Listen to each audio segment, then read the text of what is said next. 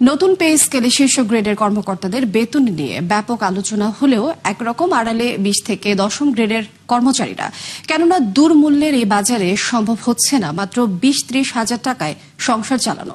ফলে দীর্ঘদিনের চড়া মূল্যস্ফীতিতে ঋণগ্রস্ত হয়েছেন বড় একটা অংশ। বিপরীতে সামাজিক মর্যাদার কথা চিন্তা করে আয়ের বিকল্প উৎস নিশ্চিত করতে পারছেন না অনেকে। এমন বাস্তবতায় নবম বেতন কাঠামোর অন্তত আংশিক বাস্তবায়নের দাবি তাদের।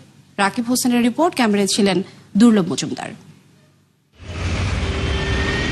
আগারগাঁও জাতীয় রাজস্ব ভবনের পাশে ফুটপাতের এই দোকানে যারা খাবার খাচ্ছেন তাদের একাধিক ব্যক্তি সরকারি কর্মচারী। 16 থেকে 20তম গ্রেডে কর্মরত রয়েছেন খোদ এনবিআরে। পাশেই মুচির দোকানে দাঁড়িয়ে থাকা এই ব্যক্তি সরকারি প্রাথমিক বিদ্যালয়ের শিক্ষক। এসেছেন নরসিংদী থেকে। ছেঁড়া জুতা জোড়াতালি দিয়ে আরও কিছুদিন চালিয়ে নেয়ার প্রাণান্ত চেষ্টা তার। রাজস্ব ভবনের দক্ষিণ পাশে দেখা মিলল সমাজসেবা অধিদপ্তরের এই কর্মীর, যিনি এখন এলপিআর বা অবসত্তর ছুটিতে। জীবনের শেষ প্রান্তে এসেও চলতে হচ্ছে 1 দশকের পুরনো বেতন কাঠামোয়। আয়ের সঙ্গে ব্যয়ের হিসাব মেলানো যে এখন কতটা কষ্টের তার জীবন্ত সাক্ষী ফুটপাতের ভাতের হোটেল, মুচির দোকান কিংবা ওষুধের এই রসিদ। কিন্তু সামাজিক মর্যাদা আর অবস্থানের কথা চিন্তা করে তা প্রকাশের সাহস নেই তাদের। যে বেতন পাচ্ছেন এখন এটা দিয়ে চলতে পারতেছেন? চলা যায় কষ্ট। একটু বলেন আপনাদের কষ্টের কথা। না ভাই, সরকারি লোক বলাটা তো খারাপ না। না বললেন না, শুনেন আমি বলি একটু ভাই। তবে বিআইডিএসে কাজ করা শাহজালাল উগরে দিলেন সব দুঃখ কষ্টের কথা। তাকে দেখে সাহস পেলেন আরো কয়েকজন। প্রত্যেকের গল্প প্রায় একই, দাবি বেতন ভাতা বৃদ্ধির। ব্যাংক থেকে অফিসে বিভিন্ন ট্রাস্ট আছে, বিভিন্ন ট্রাস্ট থেকে লোন করে এখন আমি বেতনই পাই না। 15 দিন চলতে পারি না, ঘর ভাড়া দিতে পারি না। সাধারণ মানুষ আমরা খুব কষ্টে আছি। ফ্যামিলিতে একটা অনুষ্ঠান হইলে 10,000 টাকা যদি আপনি খরচ হয়, এটা 10,000 টাকা আপনার এটা ঋণ করে পরিশোধ করতে হয়। এটার জন্য আরো আপনার 3-4 মাস আমাদের সাফার করতে হয়। আপনাদের মাধ্যমে সরকারের নিকট দাবি জানাচ্ছি যত শীঘ্র সম্ভব যেন আমাদের পে স্কেলটা দেয়া হয়।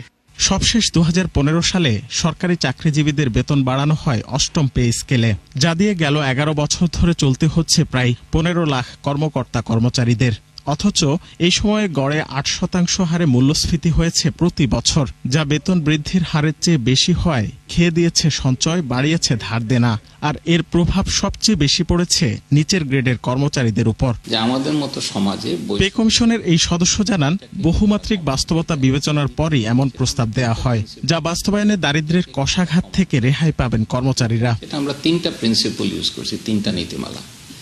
একটা নীতিমালা ছিল যে সবচেয়ে নিচের বেতন পায় গ্রেড 20, সে যেন দারিদ্র্য সীমার নিচে না থাকে। যারা নিচের তাদের বেতন আমরা 2.5 গুণ করেছি, আর যারা উপরে তাদের 2 গুণ।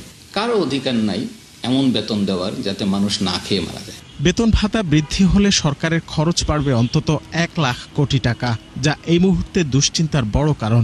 এ নিয়ে গবেষণা চলছে মন্ত্রণালয়ে নতুন কমিটির মাধ্যমে। পে কমিশন সদস্য জানান, অর্থের চাপ সামাল দিতে বিকল্প পথও দেখানো হয়েছে প্রস্তাবে। আমি এগ্রি করি যে ট্যাক্সের উপরে চাপ বাড়বে, বাট আনসার হচ্ছে আমি যদি বলি যে ট্যাক্স না আসা পর্যন্ত বেতন বাড়াবো না, এটা কোনো সলিউশন হবে। এবং আমরা আশা করি যে এর ফলে যেটা হবে, শুরুতে যদিও চাপ মনে হবে, কিন্তু আলটিমেটলি চাপ বাংলাদেশে ইকোনমি যদি গ্রো করে, সার্ভিস যদি ইমপ্রুভ করে, this is not a big one. সবকিছু ঠিকঠাক থাকলেও পে স্কেল বাস্তব